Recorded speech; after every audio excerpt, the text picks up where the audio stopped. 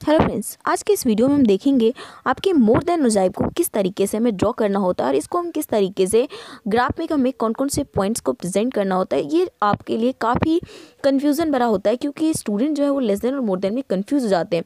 तो less than की video तो मैंने आपको पहले ही अपलोड कर दिया है, तो अगर आपने उसे नहीं देखा है तो आप उसे भी ज़रूर देखिए, क्योंकि आपको दोनों करने के बाद ये बात तो डेफिनेटली है कि या तो मोर देन या फिर लेस देन, इनमें से एक क्वेश्चन तो ज़रूर आएगा। तो इसलिए इसको आपको करना बहुत ज़रूरी है। तो यहाँ पर हमारे पास क्वेश्चन है जिसमें इन्होंने कहा है कि draw more than ogive for the following frequency distribution, जिसमें प्रोडक्शन मिल दिया हुआ है हमें हेक्टेयर में, जिसकी यहाँ पर क्लास ये दिया हुआ है 50 से 55, 55 से लेकर इस तरीके से 55 का गैप है, और नंबर ऑफ फार्म्स दिए हुए हैं यहाँ पे पर्टिकुलर इस तरीके से।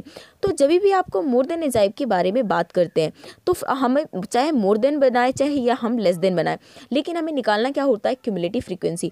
बट अगर हम बात करें लेस देन में, तो लेस देन में जो हम क्यूमुलेटिव फ्रीक्वेंसी बनाना शुरू करते हैं वो हम करते हैं स्टार्टिंग से, जबकि आपके जो मोर देन में बनाते हो वो हम शुरू करते हैं आपके लास्ट से।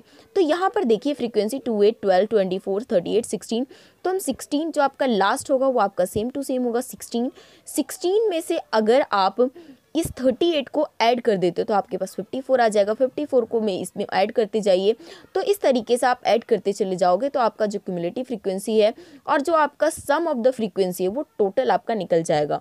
तो इस केसेस में आपको इस बात का बहुत ज़्यादा ध्यान रखना है। अब नेक्स्ट बात ये है कि पॉइंट में जब हम ग्राफ में दिखाएंगे तो हमें कौन कौन से पॉइंट्स चाहिए, तो आप थोड़ा सा सोच के भी देखो कि अगर हमें मोर देन बनाना है तो 50 to 55 है। अगर मैं यहाँ पे ये कहूँ मोर देन 55, तो ये तो इसमें कंसिडर ही नहीं करेगा ना।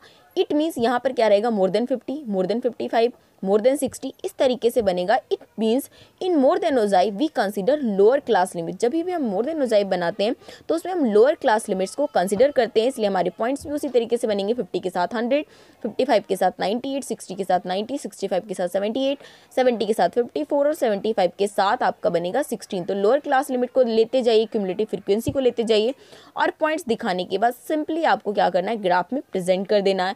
तो ग्राफ बनाना तो कोई आपके लिए बड़ी बात है नहीं, सिर्फ इतनी सी बात ध्यान रखना है कि आपका जो क्यूमुलेटिव फ्रीक्वेंसी आएगा वो यहाँ पर आप शो करोगे।